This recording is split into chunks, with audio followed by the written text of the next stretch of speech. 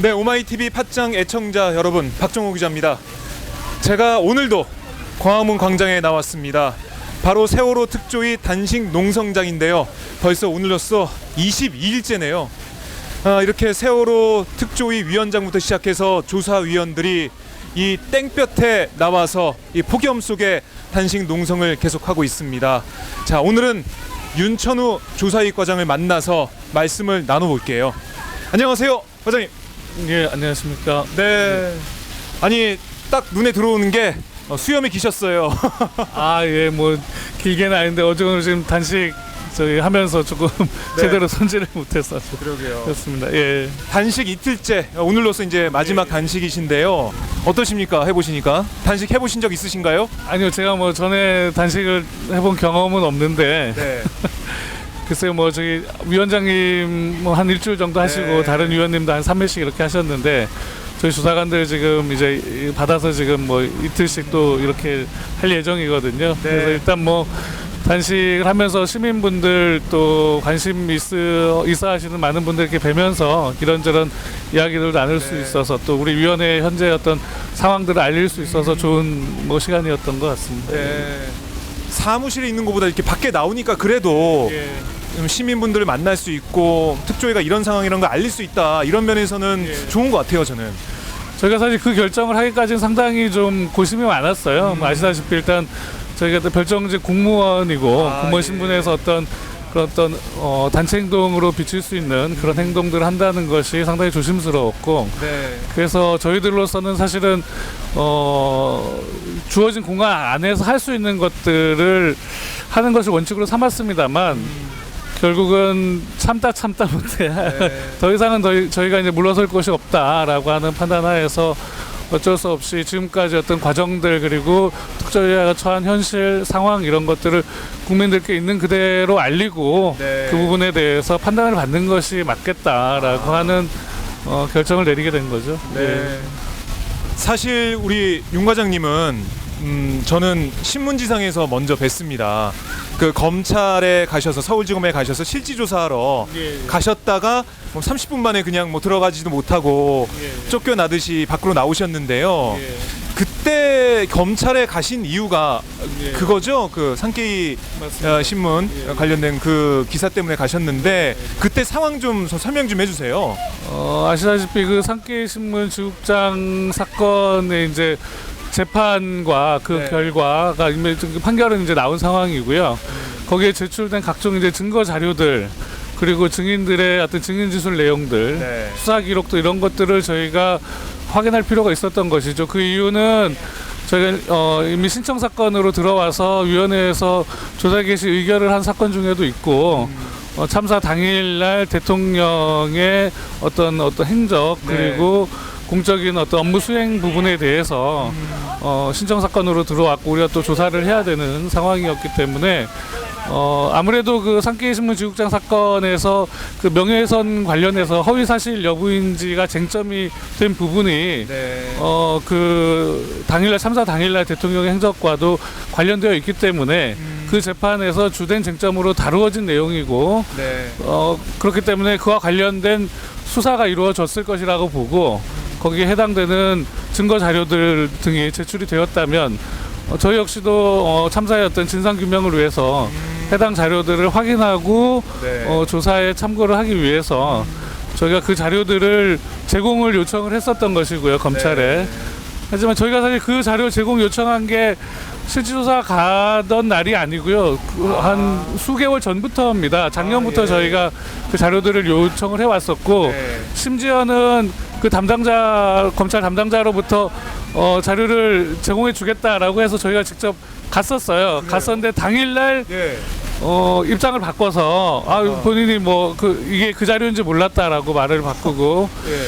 그래서 그런 과정들을 여러 차례 겪으면서 제가 몇 개월 동안 그 자료를 결국은 받아보지를 못했거든요. 네. 그래서 최후의 수단으로서 실지조사라고 하는 네.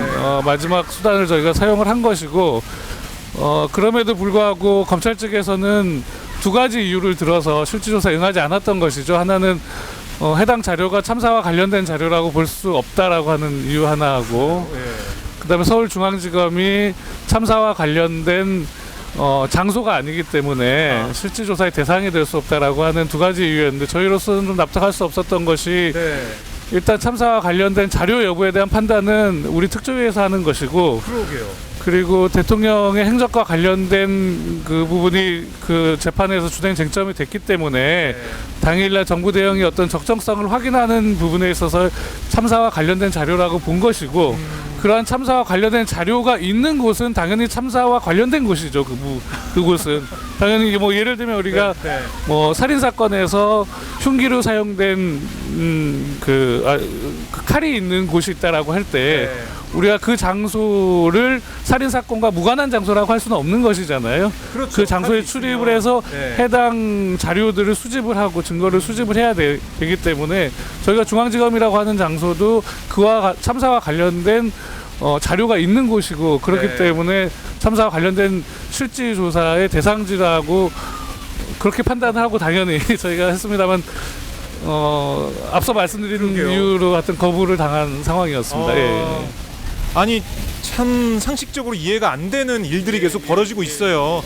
사실 특조위가 이제 기한이 다 됐다고 그만하라 강제 종료시키는 것도 비상식적이고요. 사실 1월 1일부터 시작됐다는 거, 뭐 조사위원도 없고 예산도 없는데 조사위 시작된 거 아니냐, 특조위 시작된 거 아니냐 그렇게 나오는 것도 이해할 수 없고 또 여기서 자료라는 건 있는데 여기가 사건이 일어난 참사가 일어난 장소가 아니고 상관이 없는 곳이니까 우리는 실질조사 받아들일 수 없다 이런 것도 이해가 안 되고 참 비상식적인 일들이 벌어지고 있는데 아니 그 검찰에서는 그러면은 실질조사 오는 우리 과장님하고 조사위원들을 들어오지도 못하게 하고 그냥 나가게 한 건가요? 처음에 들어가는 그 입구에서부터 예. 그 조사관들하고 같이 갔는데요. 예. 저희도 어떤 공무원들이고 공무를 수행하는 것이기 때문에 민간인이 아닙니다. 근데 처음에 민원인 취급을 하더라고요. 그래서 민원 창구로 안내를 하면서 예. 민원 같은 공무원인데. 그 절차를 밟아라. 예. 근데 뒤집어 놓고 검찰이 예를 들면은 압수수색 영장을 집행하러 갈 때 네.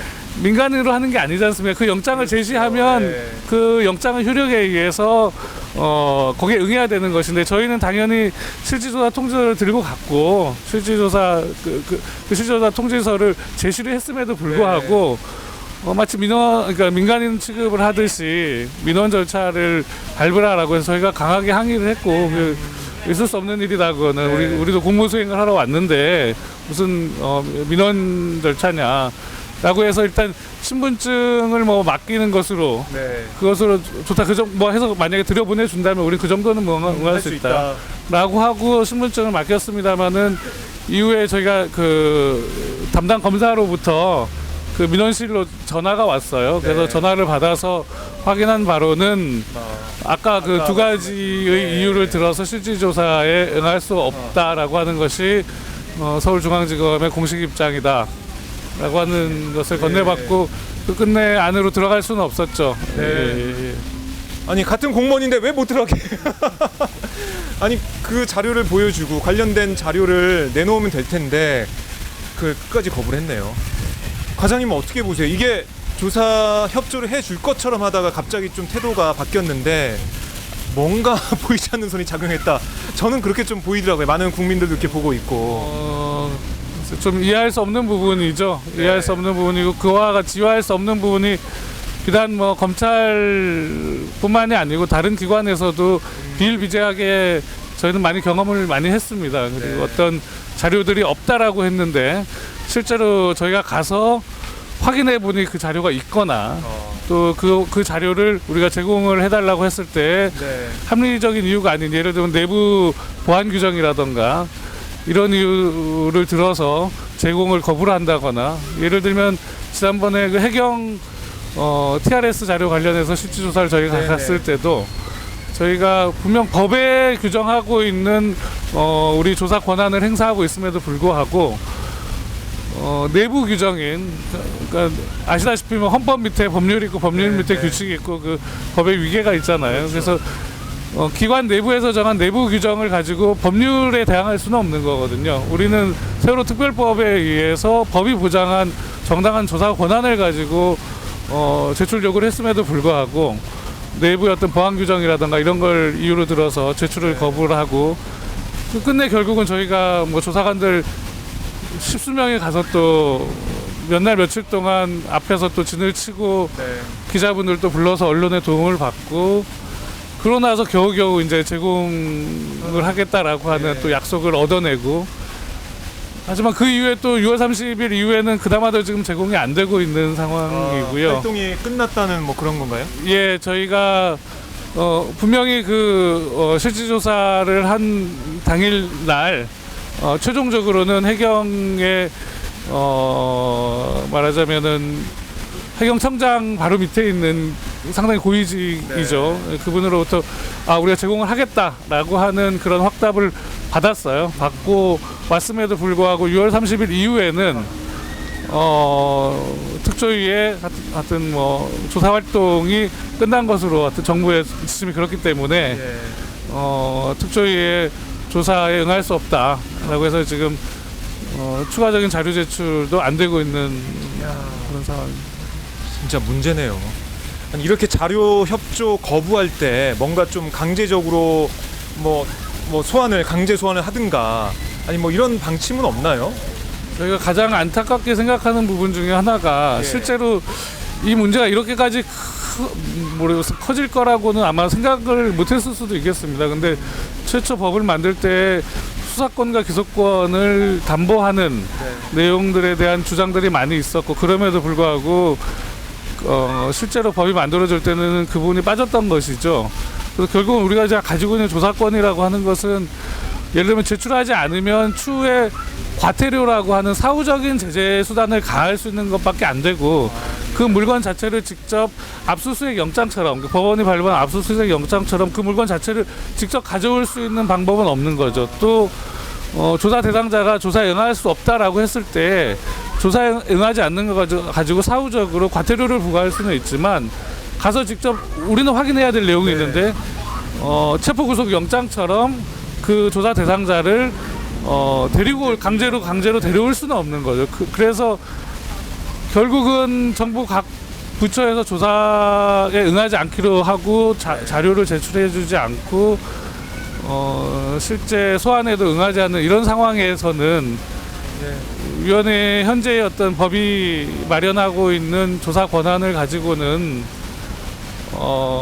충분한 우리 역할을 할 수가 없다라고 하는 게 지금 현재 판단이고 그런 의미에서 애초에 가족분들 그리고 시민사회단체에서 주장했던 법 제정 당시에 수사권 모르겠으면 기소권은 변론으로 치더라도 강제 수사권이 보장된 특별법 요구라고 하는 것은 지극히 정당한 것이었다라고 하는 것이 온전히 드러나고 있는 것이 아닌가 그렇게 생각합니다.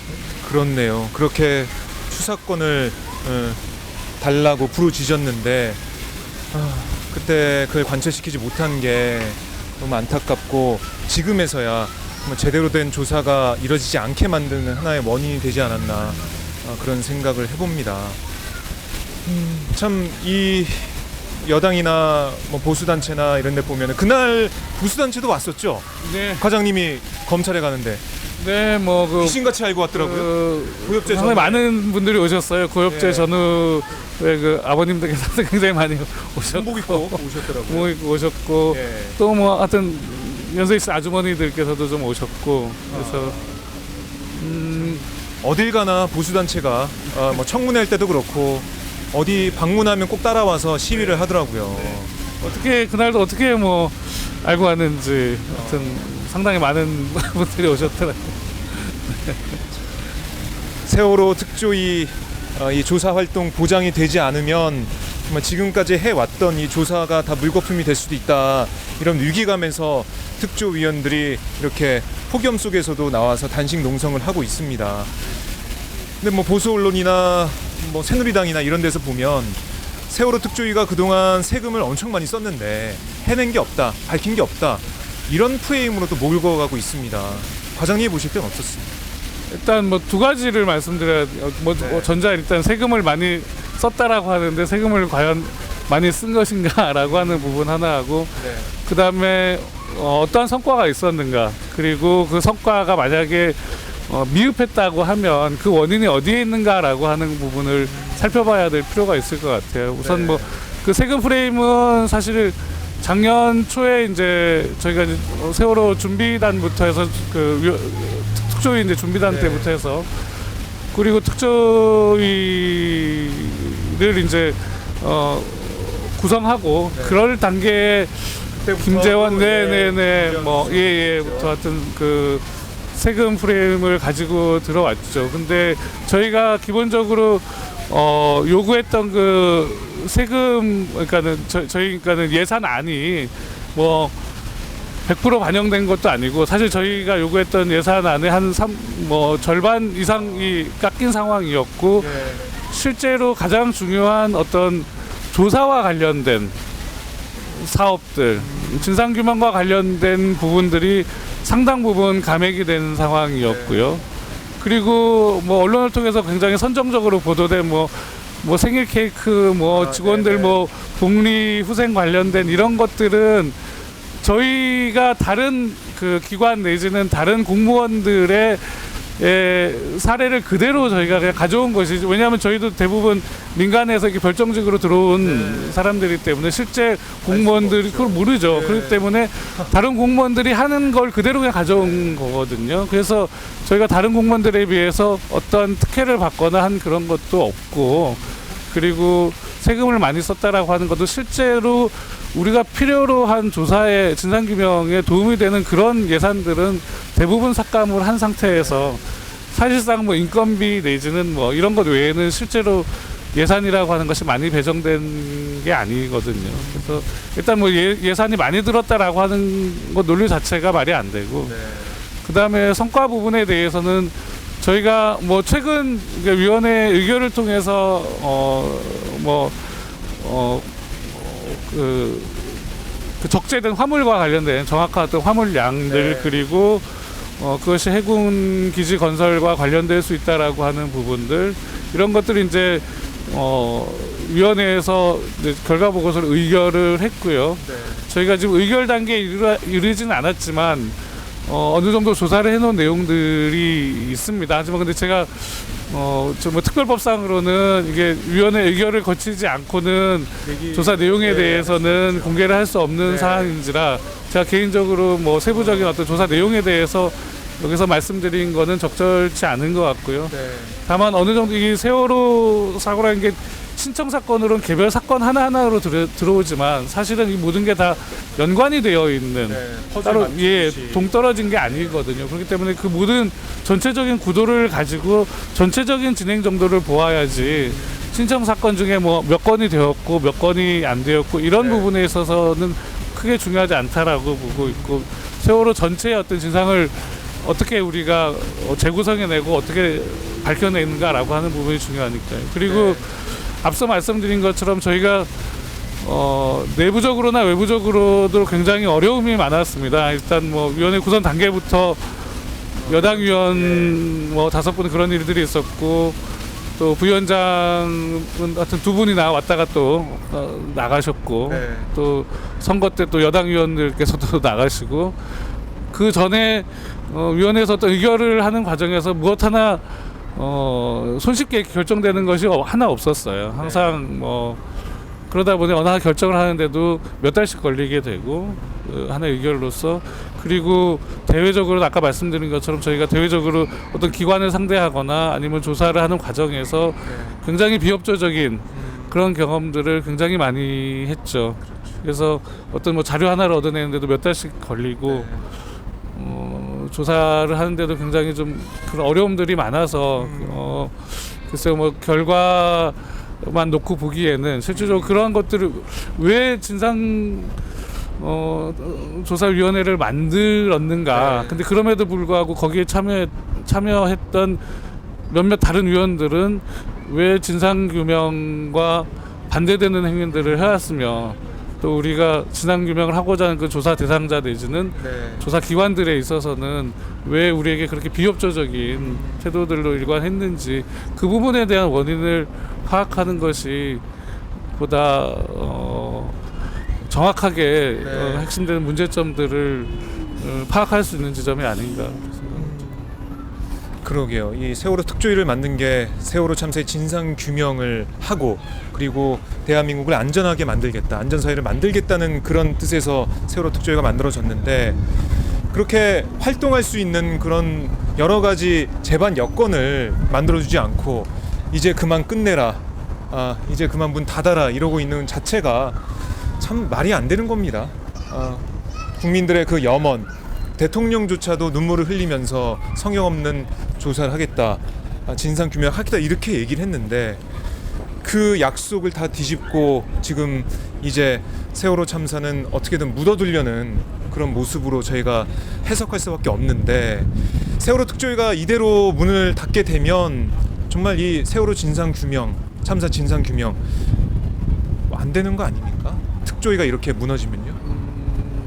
일단 뭐 저희로서는 저희가 당연히 할 수 있는 만큼은 저희가 특조위가 어렵게 사실 만들어졌잖아요. 네. 특별법 제정 과정에서부터 저희 아버님 어머님들 뭐 그리고 시민 사회단체 그리고 굉장히 어렵게 만든 법이기 때문에 그 법에 의해서 만들어진 일이 특조위이기 때문에 저희들이 가급적이면 저희들이 할 수 있는 범위에서 최선을 다해서 어떤 성과들을 내고 진상규명에 일조를 하려고 합니다만은 지금 뭐 안타깝게도 객관적인 여건이라고 하는 것이 또 지금 뭐 6월 30일 이후로도 지금 8월도 지금 뭐 다 지나가고 있는데 실제로 어느 정도 현재의 위원회가 어느 정도 할 수 있을지 그리고 이후에 법적으로 이것이 뭐 극적으로 어떻게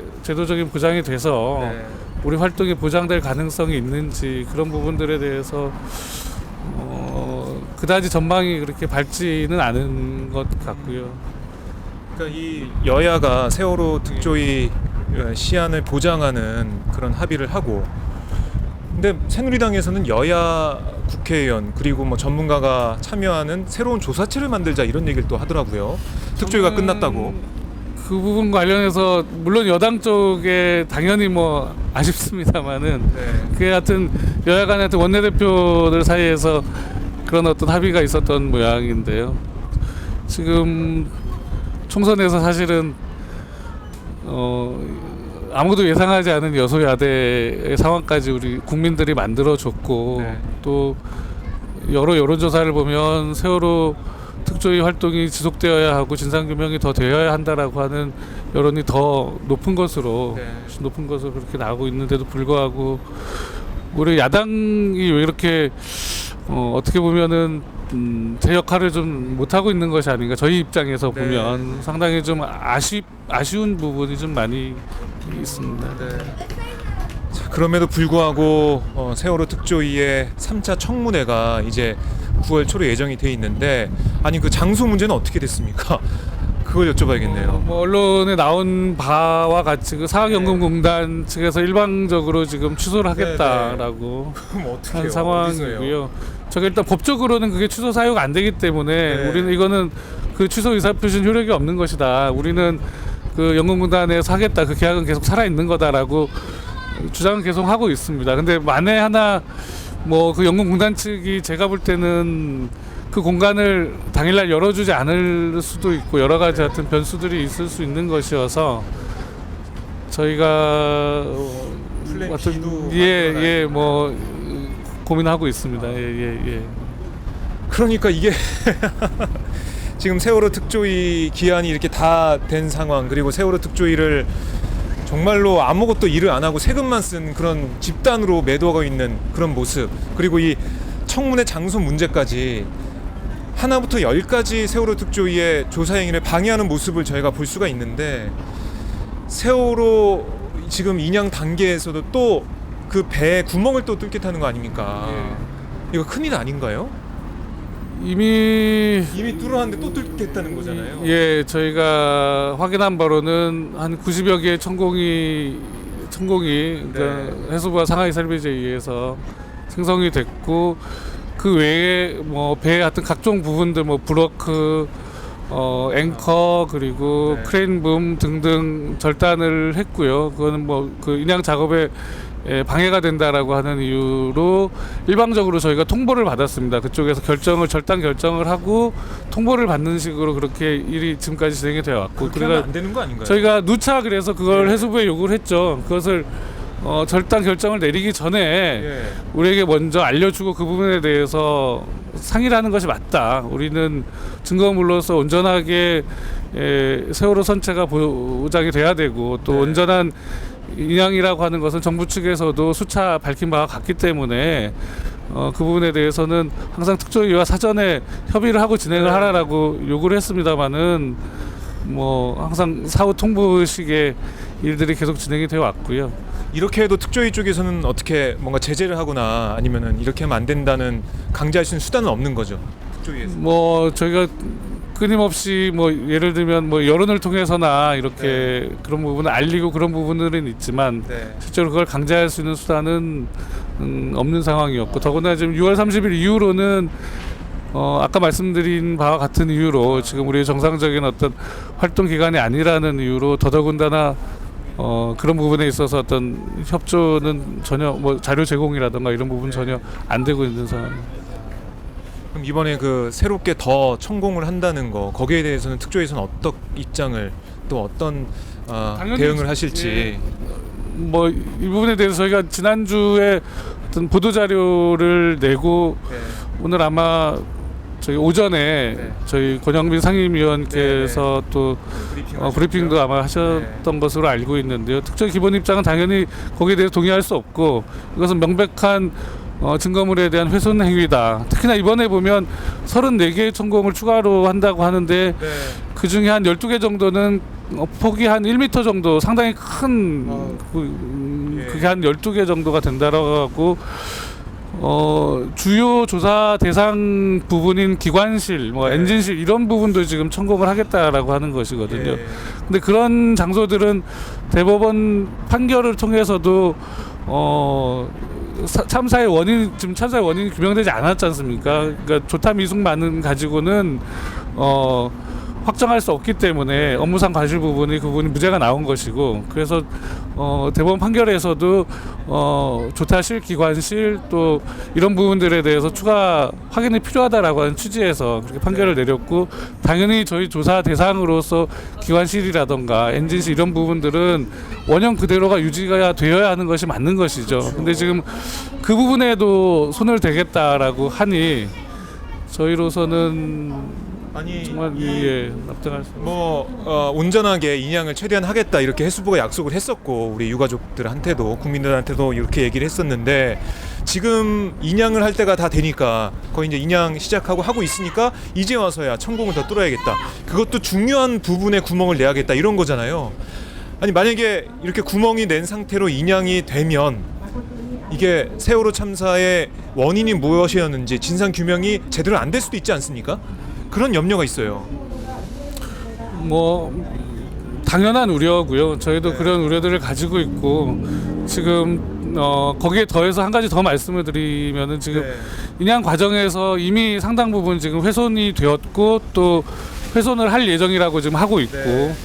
그리고 인양 이후에 지금 선체 정리 용역이라고 지금 정부에서 내놓은 그 용역 사업 내용이 있습니다. 그 말하자면 지금 상하이 셀비지는 배를 건져서 육지에까지 이제 갖다 놓는 역할만을 하고, 네. 육지에 갖다 놨을 때 미수습자를 수습하고 뭐 유류물들을 수거하고 하는 그런 작업들을 하기 위해서 이제 선체 이제 진입을 해야 될 텐데, 네. 그걸 정부에서는 선체 정리 용역 업체에 그걸 맡겼고, 지금 그 용역 업체가 내세워서 그러니까 정부가 채택한 그 계획에 따르면 그 인양된 선체를 지금 세 조각으로 나눈 또 네. 절단을 한다는 거예요. 그래서 가로로 길게 자르고, 그래서 화물부와 여객부를 나누고, 네. 그 나뉘어진 여객부를 또 다시 절반으로 자르는. 그래서 이거 정말 아이러니하다. 이게 최초에 인양을 할 때 이거를 너무 크기 때문에 잘라서 인양해야 된다라고 했었는데, 이게 온전한 인양, 증거물에 대한 훼손, 사고 원인에 대한 네. 규명을 위해서 이거 선체 훼손은 안 된다라고 해서 지금 온전한 인양이라고 해서 한다고 해서 지금 통째로 드는 방식으로 그렇게 결정이 된 건데 그걸 못해다 올린 다음에는 그것을 잘라. 예, 선체 조사를 하기 위해서 그거를 절단한다라고 하는 것이 앞뒤가 말이 맞지 않는 기본 취지하고는 전혀 맞지 않는 결정이거든요. 그래서 도무지 어떻게 하겠다는 건 이제 정말 이게 진상규명과는 너무나 동떨어진 저희로서는 아무리 이해하려고 해도 이해하기 어려운 그런 상황들 속에서 참 답답한 노릇이죠. 예. 조삼모사 뭐 눈 가리고 아웅 뭐 이런 말이 생각이 나는데 그렇게 되면 세월호 참사가 왜 침몰했는지 그 정확한 원인을 영원히 우리가 모를 수도 있겠다라는 그런 생각이 듭니다. 아니 그나저나 이제 월급도 안 나오고 뭐 A4 용지도 없어서 뭐 일도 할 수 없고 이런 상황이 많이 보도가 됐어요. 지금도 그런 상황이죠. 어떤가요? 예, 지금 뭐 6월 30일 이후로 그 예산 부분에 있어서는 제가 일단 정부 측에서는 조사 활동 기간은 지났고 쉽게 말하면 정리 기간 그러니까 보고서 작성 그리고 백서 발간을 위한 그 행위만을 할 수 있다라고 한 상태고 우리는 그걸 받아들일 수 없고 우리 정상적으로 조사 활동을 하는 기관으로서 생각을 하고 정상적인 조사 활동을 해야 되겠다라고 한 상황이기 때문에 기본적으로 우리 활동에 대한 예산 지급은 안 되는 것이죠. 예, 조사 활동에 대한 예산 지급도 안 되고 뭐 출장비라던가 뭐 이런 부분도 전혀 지급이 안 되고 있고 당연히 뭐 급여 부분도 지금 지급이 안 되고 있는 상황입니다. 아니 그런 가운데에서도 계속 조사 활동을 하시고 또 이렇게 폭염 속에서 단식 농성을 하시는데 대단하십니다, 과장님.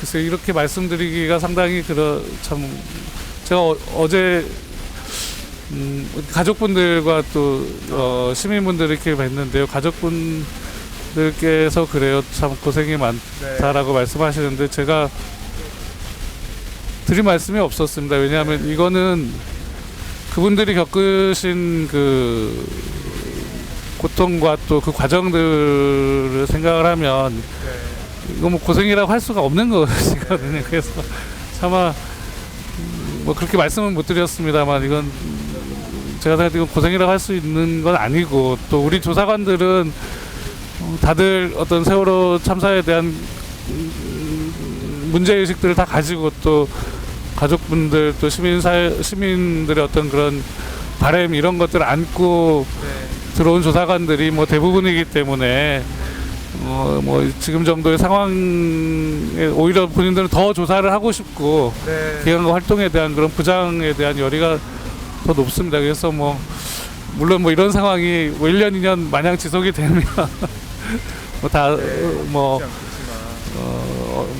가정에서 다 뭐 그런 게 어렵겠습니다만 지금 당장은 뭐 그래도 다들 서로 뭐 힘을 내가면서 유지하고 있는 상황입니다. 네, 제가 옆에서 목이 맵니다.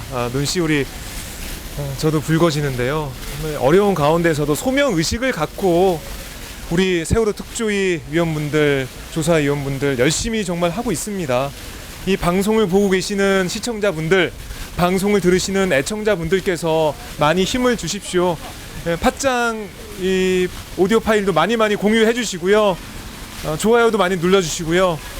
우리 조사위원들이 좀 더 힘을 낼 수 있게 앞으로 뭐 몇 년이나 이렇게 월급 못 받으면서 일을 할 수는 없을 것 같지만 농담이고요. 어쨌든 이렇게 소명 의식을 가지고 이렇게 특조위에서 계속해서 일을 하겠다는 이분들이 지치지 않게 많이 힘을 모아 주셨으면 고맙겠습니다.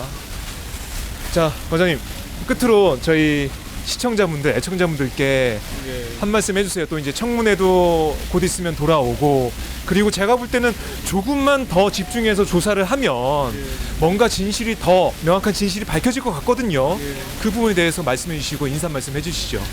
저희가 작년 12월 달 그리고 지난 3월 달에 이제 1차, 2차 청문회를 각각 진행을 했고요. 지금 9월 1일 지금 청문회를 예정하고 있습니다. 청문회 목적은 저희가 지난 청문회 이후로 또 저희가 자체적으로 조사한 부분들이 있고 또 그 내용들을 가지고 국민들께 가족분들께 또 네. 알려드려야 할 내용들이 있기 때문에 9월 1일 양일간 청문회를 통해서 그런 내용들을 가지고 많은 분들과 공유를 할 예정이고요. 네. 그리고 그런 내용들에 대한 확인을 통해서 특조위의 활동이 정상적으로 보장되어야 한다. 네. 저희는 이거 기간 연장이라고 생각하지 않습니다. 기간 연장이라는 표현은 맞지 않는 표현이고요. 법이 정하고 있는 활동 기간을 정상적으로 보장해 달라라고 하는 것입니다. 그래서 그러한 보장에 대한 필요성, 특조위가 필요하다라고 네. 하는 것들에 대한 공감대를 조금 더 불러일으킬 수 있었으면 하는 것들이 저희 바람이고요. 또 그렇게 될 수 있도록 열심히 준비를 하고 있고 또 준비를 더 하겠습니다. 많이 지켜봐 주시고 저희가 앞서 말씀드린 것처럼 뭔가를 강제할 수 있는 그런 권한이 없어요. 그렇기 네. 때문에 그걸 실제적으로 움직일 수 있는 것은 조직된 여론의 힘, 국민들의 성원과 지지 없이는 네. 특조위는 한 발짝도 더 나아갈 수 없습니다. 그렇기 때문에 시간이 지날수록 조금 관심에서 멀어지는 그런 것들에 대해서 우리가 조금 더 경계를 하고 네. 특조위 활동 그리고 가족분들 또 시민들 어떤 그런 관심들을 모아내고 유지시켜 나가는데 조금이라도 좀 도움을 주셨으면 하는 바람입니다. 네, 감사합니다. 네, 과장님 오늘 말씀 잘 들었습니다. 힘내십시오. 네. 네.